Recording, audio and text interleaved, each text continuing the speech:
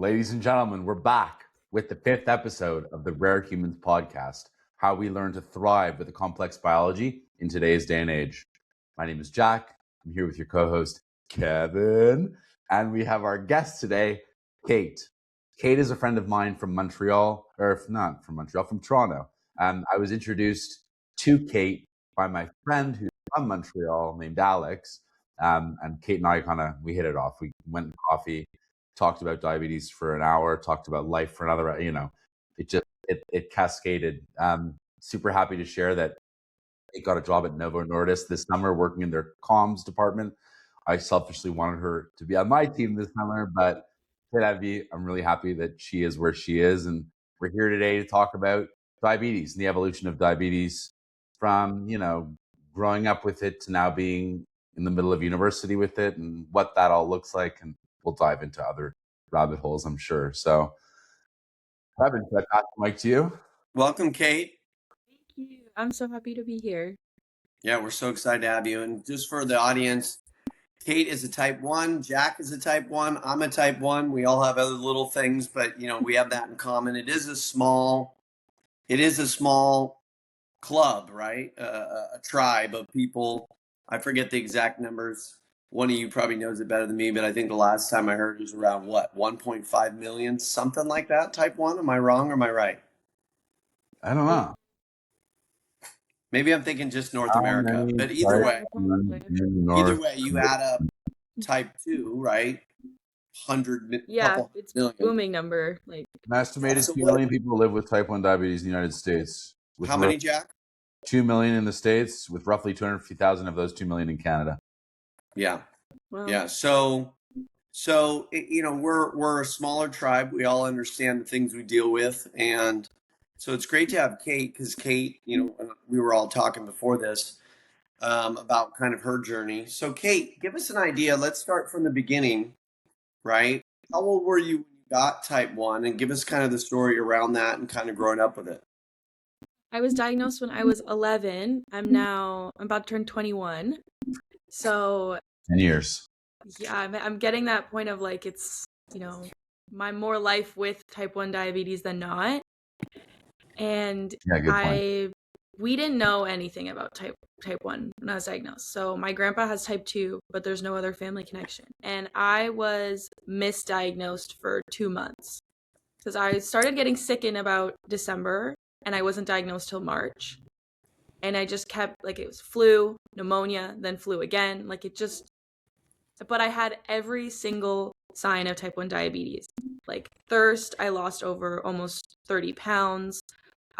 Blurry vision, like the fruit taste in your mouth, I was throwing up. But unfortunately, those are so many signs of the flu as well. Yeah.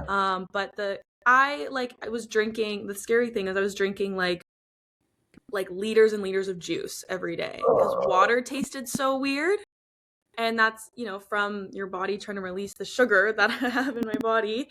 So when I was diagnosed, finally, my mom took me to the emergency because she was like, this is not a regular sickness. Like there's something seriously wrong. And as soon as they tested my blood sugar, which was never done before, like blood work wasn't done, it was not taken seriously. And they were like, you're type 1 diabetic. My blood sugar was in millimoles per liter. It was 44. Damn. I want to do the math for Kevin. Yeah, I'm curious. For our American audience. The Americans out there, that's about 790. Ooh, yeah. So very obviously diabetic. Yeah. And so I actually did at the time like a huge crash course because I was in grade 6 and it was March. I had like my March break like in a week from then, and my family had this huge trip planned to go to Florida. And my mom was like, I want her to still go, even though I just got this, life-changing disease diagnosis. So we did a crash course. We went like every day to our hospital in the diabetes clinic, figuring out just like the baseline to like survive with diabetes so we could go on this trip. And luckily, like we went and we were staying with my grandparents, and my grandpa like had a bit of an idea of, taking insulin and managing blood sugar. But I was still quite sick and trying to figure it out. And then as soon as I got back, I was a competitive dancer and I was right into my competition season.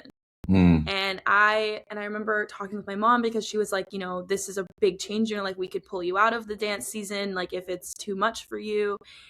And I guess for some reason, my 11-year-old self was like, no, like I want to just figure this out, and I'm gonna finish the dance season. I loved, like, dance was my thing growing up. It's what I love to do, and it was probably like probably one of the hardest things I've ever done, because I was like still so sick with this diagnosis. I didn't understand carb counting. My blood sugar is like, I remember there was one time, like, the doctors told me, you know, like a muffin, like maybe it might be like 15 grams. And I remember eating it just like whatever. 45. And it was like 60 grams. Yeah. Like, it was like, there was so many moments where like, worst. And like moments of guilt because I like couldn't figure it out. Like I was such a kid where I was I wanted, you know, like if I didn't get something right away, like that would upset me. And so I was so hard on myself trying to figure this out with dancing, and like how do I go all day long competing while taking insulin? And, you know, going back to school was hard. Like, kids are so mean, and all the stereotypes around diabetes. And so I had lost a bunch of weight when I was sick, and then they put me on a really strict diet when I got diagnosed to, you know, gain weight back and also be eating the same amount. Like I had to eat a certain amount of carbs, breakfast, lunch, dinner every day to try and get like a pattern of my blood sugar ratios, or my insulin ratios with my blood sugar. There's method to that madness, but it's so wrong. It was because I think like I struggled so much with like the eating of it, and then I gained like almost like I gained so much weight. And so that was so hard for me as a young girl, and going to school and now saying I have diabetes, because all the kids were like, oh, Kate got diabetes because she's fat now. And that was so, and and me not knowing about diabetes, like I believed everything the kids were saying. Like they were like, Kate's contagious, like Kate can't have sugar. You know, why is Kate Kate's not stopping her sports because of her because of her diabetes, because she needs to exercise, and like all these things that I just was like, yeah. And I wasn't talking about it with my doctors because I don't know, that wasn't the priority. I was like, I'm trying to figure out my diagnosis, but then there's that whole other piece of, do I really know like what diabetes is? Like all this. That's definitely the most difficult time. I can speak to that too. I was 2 years old when I was diagnosed. Being a teenager is the most challenging time as a diabetic, because you're trying to find yourself, and you're also just like every day slapped across the face by this disease. And it's like, Christ, give me a break. And it's already hard. I feel. Jeez, Jack. 8 minutes in, all my American viewers that are Christian are offended, and they just logged off. Sorry. Yeah, no. Oh, Jack. You know what? Fantastic. Jack, I heard there were 2 things. Now, first of all, Kate, you need to send us a list of everyone that made fun of you, because Jack and I are going to kick their ass. That's number 1. Number 2, okay, you said the word guilt. And I think that's something that we, Jack, Kate, and I something maybe we never even thought about, but how guilty that as a type 1 you feel when maybe you enjoyed yourself like almost like a normal person for 10 minutes of your life, and then you were 350 or whatever that is for you guys, super high for hours and hours, and you're like, you feel terrible and you have this guilt like you blew it. And I could only imagine you two, because I got type 1 in adulthood, and I always say how lucky I am for that. But you, both of you that went through those teenage years, let's be honest, I have a 13-year-old turning 14 this Sunday, my youngest. Those are tough years anyways. Those are tough years anyways. And you both having to go through that and be different and take injections and gain weight, which is normal, and all these things. I mean, the guilt is a big one, Kate. And so you were 11 years old. Obviously, your family helped you adapt through it. But being a dancer, being an athlete like that, like, how are you able to manage pricking your finger and how did you manage that through your dance season that first year? Because that first year of type 1 is tough. And I guess my question too, let me piggyback on that, is like, were you able to say to yourself consciously at 11, like, okay, I want to dance. Like, this is what I need to do. This is what I need to eat. And my blood sugars are going to be perfect throughout. Were you like conscious and cognitively able to do that?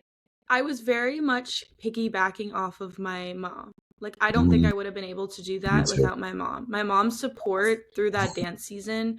And mind you, my mom, like, I think every night, though, for those first 3 months, like, my mom was crying. Like, it was behind the scenes, my mom was trying to keep it together because she blamed herself for so long. Like, she was like, what did I do up until Kate was diagnosed? Like, and my mom, like, I remember it was like for my school, like she was packing my lunches like perfectly to these carb counting. She was measuring everything in our house so that I could just grab it and it said the carbs on it. My mom, like, when we went to our dance competitions, like she was making sure she packed everything. Like she, you know, after I come off stage, my mom would be there to be like, hey, let's test your blood sugar. And like she was just on it. Super mom. Like super mom. Like I don't know what that I don't think that competition season would have happened if my mom wasn't on it and and like confident that I'm like, you know, because I said I want to do it, and she was like, okay, then we're gonna do it. Yeah, love it. And we're blessed to support I just think as my mom was doing this, I was just like learning from her and trying to pick up like these, like almost like the routine that my mom was building for me to try and have that like normal life and you know, get to still dance with my friends. Like my mom wanted me to be able to go out to dinner with the team after, and she'd talk to the waitress and say, you know, do you have any idea like how many, like what's really in this meal? My daughter's type 1 diabetic, we have to carb count. Like she was so trying to figure it out. My mom joined so many like Facebook groups and trying to find other moms and going out to coffee with them to be like, how do I best support my kid living with this? And getting me to meet other kids. Like my mom sent me to diabetes camp that summer, and I was kicking and screaming going there because I thought it was the weirdest concept to hang out with other sick kids. I was like, why would I want to do that? Which is so ironic. But it normalized it, right? Now. I remember coming home like thinking, wow, like I'm not alone. Because I didn't really meet other kids that had it. There was maybe like one or two that I had met initially before that. But when I went to camp, I met so many other kids that like were, you know, lived not far from me. And I stayed in touch with them for years in my like childhood because amazing.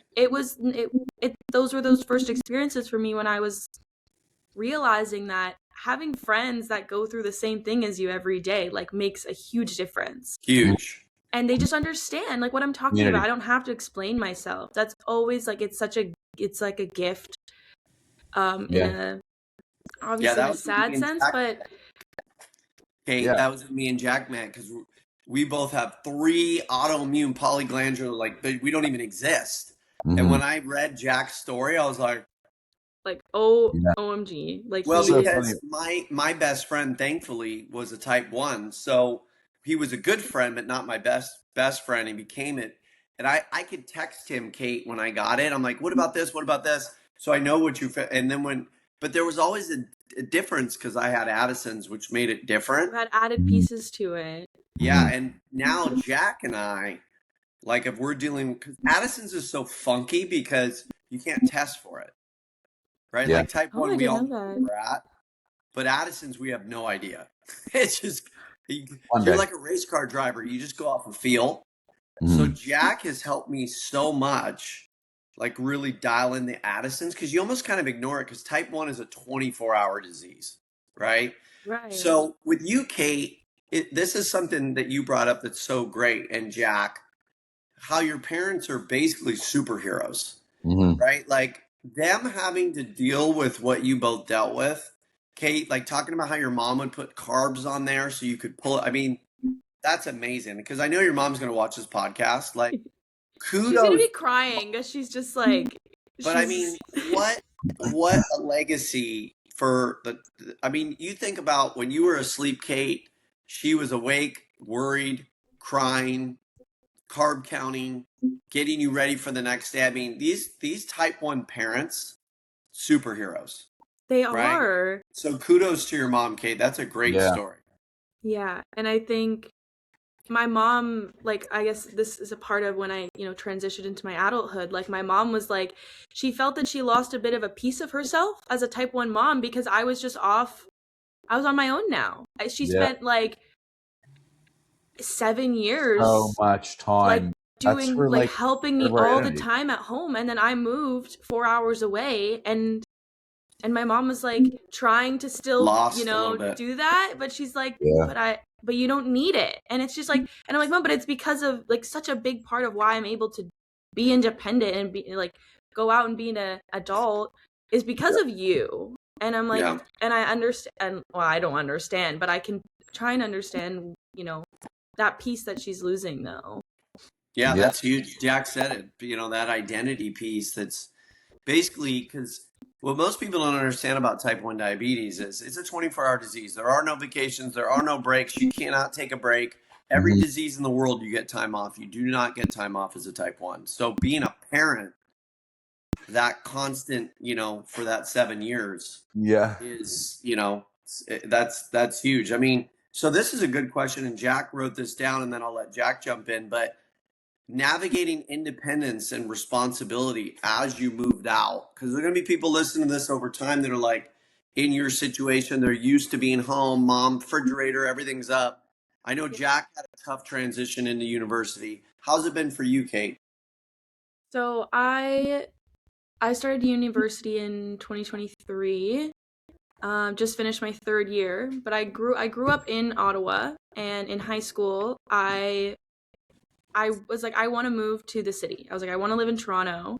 There was such like, I loved the liveliness of the city. But when I told my parents that, they were like, oh my God, like you're going to leave home. Like you're going to move out and we're not going to be able to monitor you. Like I remember even the first time I like had a sleepover in middle school, like that was terrifying for my mom because she's like, she's like, does your friend's mom like know enough about your diabetes? And there's so many like elements to managing diabetes like out in the world. And for my mom to think like I'm going to move 4 hours away where she can't come and save me, like that's in a second. Fire. You had to make all huge for yourself. And and for a bit, like, because there was time in my life when I was growing up where I was like, oh, I won't be able to do things like other kids. Like there was this sad, like almost like I had accepted it for a while. And then when I, you hear about people's stories where they do these insane things with diabetes. And then when I was in high school, I was like, I know so many people that like went away for school with diabetes. And I had to take that like personal growth and to show the independence that I could have with my diabetes. And I think in my last year of high school, I really like I tried to absorb as many like resources as I could for how to transition on my own in university and like being in a dorm and like how can I talk to my roommates? Where are my emergencies? Who can I notify in the building? How do I communicate with my professors? How do I have the best experience while, studying in school and the stress of school and the schedule of it all? And there was so much prep to it, but I think that push of I want to make this happen and I don't want to let my diabetes hold me back because I think I can't do it or I shouldn't or all these negative ideas that weren't true. And there was so much prep, but honestly, and Jack, you can probably relate, but once you're in it, like the first year of university was challenging. Oh my God. I think it was the first time where my routine really completely changed. Like for me in high school, like from grade 7 till 12, it was, class every day, 8 to 2. I had dance. Like there was this routine always. And then university was flipped my world around. Like every day was so different, meeting all these new people and really having to advocate for myself and have people trying to understand my diabetes. And that was I hit a point where I was kind of burnt out because I was like, wow, I'm having to do so much more than I did before. I thought, and I think there's such a big thing, diabetes, you it's so much of just like a learning experience as life changes, as you do things and you adapt and you look at patterns and luckily, like, I had those resources to go back to. It's like I had my whole plan of how can I make this work? But then once these things actually were in front of me and in real time, I was like, okay, I need to figure this out. Mm-hmm. That, over time, like it's hard when those curveballs are thrown at you all the time.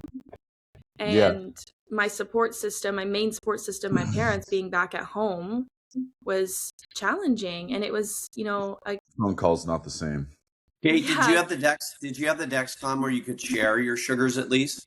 Yes. So my parents definitely were still, they definitely were still sending me a message when I was low and making sure I was treating. I mean, Jack didn't prep for anything when he went to university. He just drank and partied. So, and Jack had no sharing with us. Remember when Dexcom came up with the sharing? We wanted to share it with everyone, and then we realized we didn't.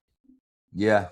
So now exactly. It's like I'd have so many moments where it was comforting, like having my parents text me, and I remember there was like a point, like a couple months in, and I was like, you need to stop texting me. Oh my God. I was like, I'm fine. I'm treating, because it was like my mom then, if I didn't answer in the first like 10 minutes, she was like, she'd panic. And I think that speaks to a very important point, and I think that this goes beyond type 1 diabetes. It's all about agency in your own life. Like, your mother nurtured you as you grew up with your diabetes, but like she never owned it. She couldn't own it. Only you could own it. And like you did own it in the end. You took agency over your own life, which is what we need to do as humans to thrive.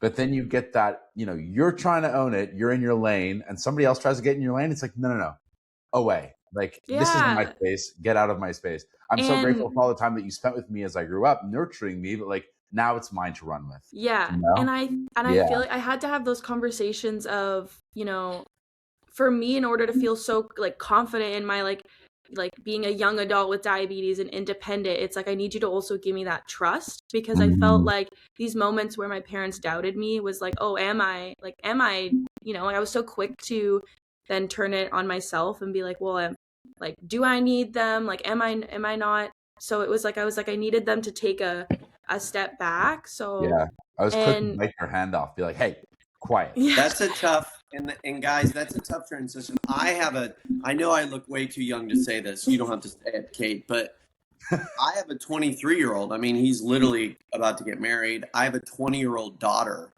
So Kate, you're 20. And I can only imagine being a little bit controlling and like super meticulous with my diabetes. I can only imagine my daughter moving out and being a type 1. Mm-hmm. And so I think kudos to your parents for allowing you to go do what you did, because I don't know, to give your mom like massive props and dad, I'm not sure I would let my 18-year-old daughter as a type 1 diabetic do what you did. So that's huge for them to allow you to like go move out and go do your thing. I'm not saying I would have never allowed her, but 18 is so young. And for you just to be on your own like that, there was some major trust for them. Not like you're stupid and you couldn't handle it, but it's scary. Who's there to save you? Because they knew worst case scenario, you were in their house. Mm-hmm. Right? And now you're with these people that they don't even know. Mm-hmm. And if you're super low and you're slurring your words and their alarm's going off, Kate, who's going to save you? Who's there like to save you like we would? I mean, that's a big trust for them. I think that, like, when I say, like, I had to really put that confidence in myself, but also to advocate. Like, I had to be so big on, like, when I met my friends and if we were going out that night, like, I was like, so this could happen with my type 1. Like, I don't want to scare you, but like, this is real. Like, I'm telling you worst case scenario because it's possible. And that's like, and those are the things I was running through my parents' head. They're like, all the worst possible scenarios of me being by myself out in university, also in this like big city, like going out with my friends. And I had to like my friends know like how to use the glucagon. Like, what are the warning signs of like, I'm not just, for example, like, I'm not just drunk, I'm really low. Or like, I had my friends that I lived with in Dora, my roommate now, like they have my Dexcom follow app. And they know, and there's all like I had to say that, and I know that's scary because I can see if I get an 18-year-old that's going out on their own like isn't open about their diabetes, that's scary because if something happens to them and no one is aware of that, that's where it's really dangerous. And so I was, really big on, this is my life with diabetes, this is what I have to do. And it's really important that the people around me knew that. And Kate, that's a good reminder, right? Like Jack, you can probably speak to this as well. I think a lot of people I've met type 1s when they were young and going through those years were ashamed of it. And like when I met my buddy Cameron, who Jack knows, who got it at 5, and I became a type 1 at 28, and I was able to use him. He didn't have a bracelet. He didn't wear any CGM. He didn't wear a pump. He was embarrassed of it. And me becoming a type 1, it allowed him to own it and get a Dexcom. And now he's on an Omnipod. And you get what I'm saying? Yeah. And so, Kate, you did such a good job because I feel like a lot of people, they're I don't want to say ashamed, but they're so embarrassed of being different because we're such a tribal culture as humans that like they just go out and try to be normal, and they have a lot of issues and lows and hospitals and 911. And Jack kind of has a story like that as well. So big kudos to you for having the guts to just involve your community around you as well, that they knew what was really going on and how to handle it. Yeah. If I could look back and change one thing, I would have embraced it more. Yeah. Because I think trying to hide it is the biggest detriment. Yeah, it's not an easy thing to do. Like my years in high school, like it was interesting because for me online, like I was doing my social media for my brand Sugar Drop. Like I was posting all about my diabetes, and my friends followed it, whatever. But in person and going to high school, like I wasn't talking really about my diabetes. It was like I was a different person. And it's because I was embarrassed. And when it came to actually like facing it in real time and talking about it, like I was more hiding it. Like I'd post pictures with my pump, but then at school my pump was like tucked away. Yeah. And it took me a while, and through experiences that I was like, hey, this is gonna be like, it's saving me if I'm open and confident about it. And also being open and confident about it like changed even how I managed it, how I talked to myself, dealing with burnout, that like owning it, like we have this for the rest of our life, and it's just something that's not going to go away. And so, Kate, did you have any scares? I know Jack and I have talked about this on our first few podcasts because it was just me and him. And did you have any scares when you were, when you first moved away, or anything that, kind of threw you off a little bit? Luckily, in my first 3 years of university, I haven't had any. That's great. Major like scares. Like I've had some. So you weren't crazy and irresponsible like Jack was at university. No, I'm not a big like party drinker. Like that's where sometimes like moms will talk to me and they'll be like, oh, I'm so worried that my daughter's gonna go to university, and like they drink and party every weekend. And I'm not normally the best for advice on that because I'm a bit of a homebody. But I would say that wasn't the case before. Like in high school, that's where I had experiences like that. And I had a very scary experience where I was like I passed out at a party, and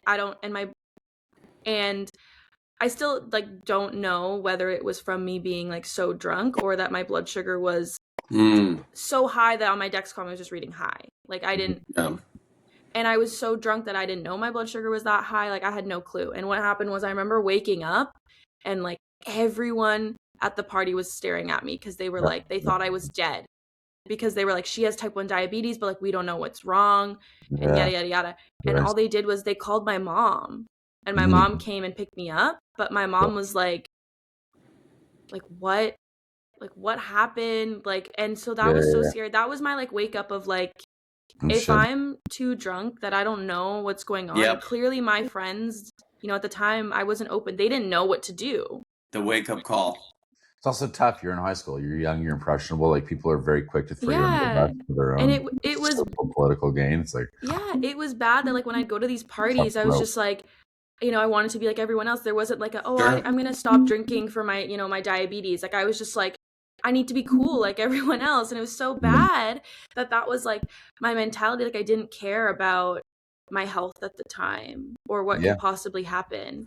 And also when my mom picked me up, like she wasn't like, I wasn't open and honest with my parents about like when I was going and hanging out with my friends, like what I was doing. So that was also like a scary thing where my mom was like, hey, then we need to learn about, drinking with diabetes if this is what's going on. But I was too scared to like, I just wanted to be normal. Like that was such a big thing. And I think that like from when I've talked about people, like other people with diabetes in university, like that becomes like such similar experiences, and it's so scary. Yeah, trying to be normal, that's the big one. That's the big one. And Kate, here's something that most people don't realize. Like with diabetes, and I learned this early on as well. My friend had his 30th birthday party, and we were drinking, and I got, this before Dexcom and all that, and I got super low in the middle of the night, like where I was literally covered in sweat, like kind of like comatose, and it scared my wife so much. She's like, this will be the last time you're drunk ever again the rest of your life. And it was. And I mean, that was 17 years ago. No, I was brand new. So I was 28 when I got diabetes. I'm 47. So that was 19 years ago. Now I can drink, but when you get to that point, what happens is when your liver's cleaning up all that alcohol out of your blood at night, it's also pulling blood sugar out. Yeah. So when you drink too much, you're going to get low in the middle of the night. And they will, and that's probably one of the most dangerous things that can happen. Jack, that happened to you in university, right? Yeah. Where you got super low? Oh yeah, I was super low often. My blood sugars were just like all over the place. I was on Jack was a partier. Incredible roller coaster all the time, and like using drugs and alcohol to like smooth the roller coaster. But no, I don't even honestly do. I don't remember. I've woken up way too many times. I'm a lot better now, but no, I don't know. A lot of ups and downs, and what I find now when I drink, and I haven't drank in 8 months, but like over the last 2 years of me drinking, it's a question of waking up at like 3 a.m. and not being able to fall back asleep until 5 o'clock in the morning. Yeah. And it's like, that's such a deterrent. And like, my blood sugars are either too high or they're too low. It gets so much harder to control your blood sugars, period, when you're drinking. And then you put not sleeping well on top of that. Your next day is a write-off. Your blood sugars are incredibly hard to control the next day too. It's like, there's no that point. Day's gone. Like for me, like, I would just know if I'm going out with my friends that night, I'm like, so sleep's going to be horrible. There's going to be definitely blood sugar management in the night. So I'm like, the next day I'm just going to feel awful. And that would be like a preparation. I'm just like, that's going to be the day. Plus the food you eat. Yeah. I was talking to a guy who's not a diabetic, and he was like, I don't drink anymore. Like, the next day, I can't afford to sacrifice the next days anymore. He's a founder. Yeah, it ends up not being worth it. It's not worth it. Yeah. And the most I'll do now, like I don't go out to like crazy anything in Toronto, but like I might go to a bar with my friends, and I'm having max like 2 drinks, because I'm like, I don't want to have the crash low. I'm like, I want to enjoy my day tomorrow. I don't want to lose out on it, but I don't want to be saying no to the activity in whole. Like I didn't want to say no to my friend, because I want to hang out with my friends, but I don't. And it's nice that the friends that I've made at university are so understanding of if I'm like, that's awesome. I'm not going to do this because whatever. There's no, like, I don't even have to explain myself. It's like, why aren't you doing this? Like, you should do this. Like, and it's bad because my friends in high school, not like that. Yeah, sure. And that's what, especially when I made the friends I made in university also, like I just explained to them the kind of realities of diabetes. I'm like, it's all the time. Everything affects it, unfortunately.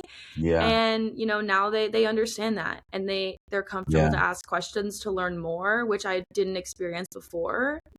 Yeah. And it's amazing because I feel so comfortable. Yeah. And I feel like I can say yes more to the things in whole, but I'm comfortable enough to be like, no, if that's the case. And I think go Jack, sorry. I think one of the hardest things as a diabetic is putting yourself out there. Like, you have this incredible baggage that you carry, and like you're like, nobody's gonna want to take this on with me. So like finding a community, if you don't, it's the game of life, and some of us get lucky and some of us don't. Like, if you don't find yourself in a community of people who are supportive and who you're just like, vibe check, it's not gonna work. Christ, like, you got to go find another community. And like, that's no joke. Like, that's a lot of time, effort, like perseverance, and like mental fortitude that a lot of us don't have. Like, let's be frank. It was so hard for me in like high school to try and like change the way that I might have been like being treated, or if like and I realized like when I made new friends in university and I really branched out and chose to be open with everyone, I found the right people, because I was like, the right people are going to be empathetic, they're going to want to learn, their real friends are going to care for you and what you go through 24/7. And I realized that those aren't real friends that don't care about it, and they are gonna put you down or make you feel bad or put you in situations that just, it's not okay to do to any friend, like, not let alone like someone dealing with a disease.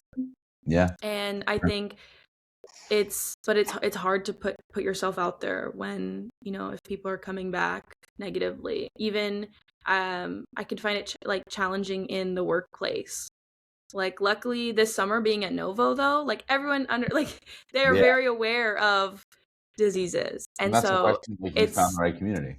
Yes, and I came into work, and I mean, the first time I had an alarm go off, they're like, oh, like, is that like for your blood sugar? And I was like, that was just a nice feeling of not a, oh, why is your phone on at work? When I'm in like past jobs I've had, and so that is comforting. But like, in the work, like in the past, like having to really explain, like, I have to leave to treat a low blood sugar. Like, these things come up, and I don't want to deal with it either. Like, why are you making my life harder? And so, but you do it for yourself, and that, I feel like the more you put yourself out there and advocate for yourself, you find people who are going to listen and meet you where you're at. Okay, I have one last question, Kate. And well, something that I have learned over the last 2 weeks that I've really kind of I'm holding it in awareness, and I'm really trying to think about it all the time. Failure is a privilege. So, you make a mistake or you fail, you come back, you learn from said failure, you get stronger because of it, and it forges you into the beautiful person that you are becoming. Like, you never get there, you're always just getting there. Failure is a privilege. Let's talk about diabetes. The failure of our pancreas is a privilege. Like, it's all about mindset. That's another big thing. It's like, how do you perceive your life, and how do you perceive the world around you? Because if you have a negative spin on it, which most of us do conditionally as humans, like trying to survive, we have a very primal instinct of like seeing everything negatively to try to avoid, things that could harm us. But like, we are very smart as humans, and we can think about our mindset and how we can tailor it to the life that we want to live. So like, mindset is everything. Failure is a privilege. It's not something to be feared and to be dwelled upon and that defines us. So, Kate, lessons that anyone can learn from diabetics about eating and living for better blood sugar stability and health in general. Like, I've tailored my question really towards like food, but I want to give you the floor to talk about anything and everything. Talk to diabetics, talk to non-diabetics. Failure is a privilege. We are privileged to have broken pancreases. What can you take from this, the general public, to help you improve your lives? For me, I really agree with the mindset. Like, I think it's, people will say, how did you manage with your diagnosis? Because when someone gets this crazy life-changing thing, it's like, how do we now deal with it for the rest of our life? It's going to be there. It's something that we can't change it now. There's no reverse of it. And when people get thrown that at them, it's so difficult to accept. But I think I always try and find the light out of it. Like my life would not be what it is today if I wasn't diagnosed with diabetes. I wouldn't be, I wouldn't have this drive and passion to work in healthcare and advocate for a community that I love and care about so much. I wouldn't be like, I think I've grown, like the person that I am is so much because of my diagnosis, like my kindness for people and empathy and strength and resilience. Like we are, I think, gifted with that through diabetes. We deal with so much every day that a lot of people don't have to go through. And when we're thrown these big challenges, we ultimately, I think, become stronger people. And I think when people have these like stories, like they're just incredible people. And I think looking at yourself that, you wouldn't be given this if you couldn't go through it. And that's kind of what I do. I think everyone, if they're dealing with something difficult, it wouldn't be there if they couldn't go through it. And they're going to go through it. And I'm a big believer in everything happens for a reason. And like I said, my life would not be where it is. And I've been asked the question before, like if I could, not be diagnosed, like never be diagnosed in this magical world of that happening, I don't think I would have wanted that. So many amazing things, the connections I've made and these, memories that I think I wouldn't have ever changed. The life that you've been given, what you've made of your life. Yeah, sure. I love that. But a good reminder, it's funny, like with type 1, when you look back at it, right? Look back at the last 10 years for all of us, how blessed our lives are because of this disease, the connections, the gratefulness when we are feeling well, right? And then really the grit, the drive, and the determination that we all have as type 1s, because when other people stub their toe and they suck their thumb and lay in bed, it's just another day in the life of a type 1 diabetic. So for us, the tenacity. How about taking the foot off? The tenacity that all type 1s have that I meet, they all have a grit and a tenacity that, let's be honest, normal people don't have. Yeah. And I mean, Kate, you're 20 years old. I just wanted to say, hey, if we could get more 20-year-olds like Kate in this world, who has the mindset, right, and has the gratefulness of things that have gone wrong in her life, we would have a better world, right? And this is what the type 1 diabetes community pushes, is people like Kate. And because that tenacity and grit, right? If you're going to live a normal, healthy life for all of us, you got to learn resilience at a really young age. And your parents have to learn it raising you as well. So I just love hearing that, because that's huge. The things that are going to affect other people in life, Kate, are not going to affect you, because you've gone through so much already. When hard times hit, you're used to hard times. So you're going to do so much better than the average person. Yeah, it's so true. Well said. I think I think as diabetics, we can end up using it a bit of like a superpower. Oh my God. I think it really strengthens us as people. It is a superpower. And I think if my like 10-year-old self that wasn't diagnosed yet had no idea how much my life would change in this diagnosis, like I think she'd be proud of where I've come now. And I think that's something that I look back and think about, like what, how do I want to keep being the best version of who I am with this unfortunate thing that I have to go through. But I keep like every day, you keep going every day. And I think whatever anyone's going through, it's I think kudos, like you keep going every day. And that's a beautiful thing. Yeah. Well said. And Jackie, when I start. It's so funny that she's like, looking back to my 10-year-old self, I would have spoken to her. I'm like, I didn't have anyone to speak to before.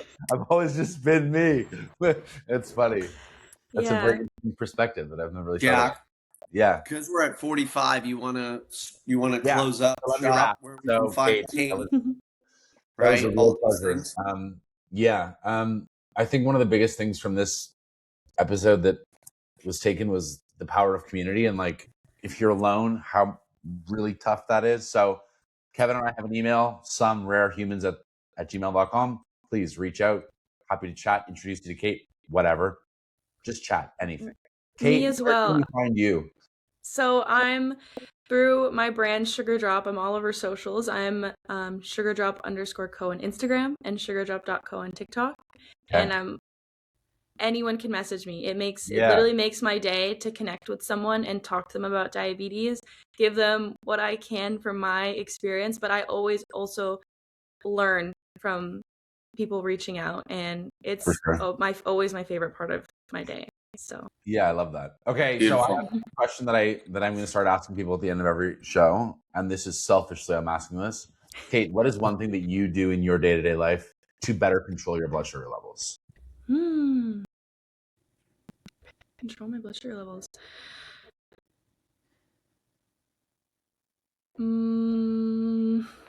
Way to throw so a hard. curveball, Like, what am I? I know. I'm like, why is this the hardest question you've asked me? I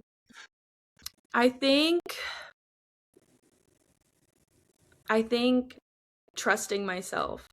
Like that's probably the best thing I'm doing to have better blood sugars. What do you mean trusting yourself? Sorry, go ahead. If my blood sugar is high and I'm treating it, it's like the trust that like it's gonna sort itself out. You know what you're doing. Yeah, I know what I'm doing. Like the confidence in myself. I think that is really what's helping me on my day to day. I would say your question makes me think like there should be something a bit stronger than I'm doing every day. But I think that trying to have that good mindset, because if I get to a point of being burnt out, that's where I'm really losing my control in my blood sugar. Yeah. So for you, it's like trusting yourself, trusting your decisions in terms of the insulin you're giving yourself so that you don't go too high. Or like, if you're too high, you just trust it. You're like, instead of stacking more insulin, you're just giving yourself one shot and you're like, okay, I'm going to give it the time that you need to run its course. That's mindset. And treating my lows. And if I have really great blood sugars throughout the day, finishing that day, like I might think about, well, what did I do differently? But just trust that, I'm able to do that. And the confidence that, I can have a stable blood sugar day. Yeah. I love that. Yeah. All right, Jack. Well, yeah, guys, that was a real pleasure, Kate. Yeah. Great to have you on. Thanks for coming on, Kate. Great stuff. Excited to put this content out. And me too. What you're doing with Sugar Drop and everything you're doing out there. Keep driving forward. You're doing a great job. You're a great voice for the diabetic community. Only 20 years old, ladies and gentlemen. So anyone that their kids are type 1 diabetics, they should be following Kate and following her path as well. Yeah. So Jack, another one in the book. Thank you. Peace. Thanks, Kate. Thank you so much. It was so wonderful. I'm so grateful. Bye, guys. All right, everybody.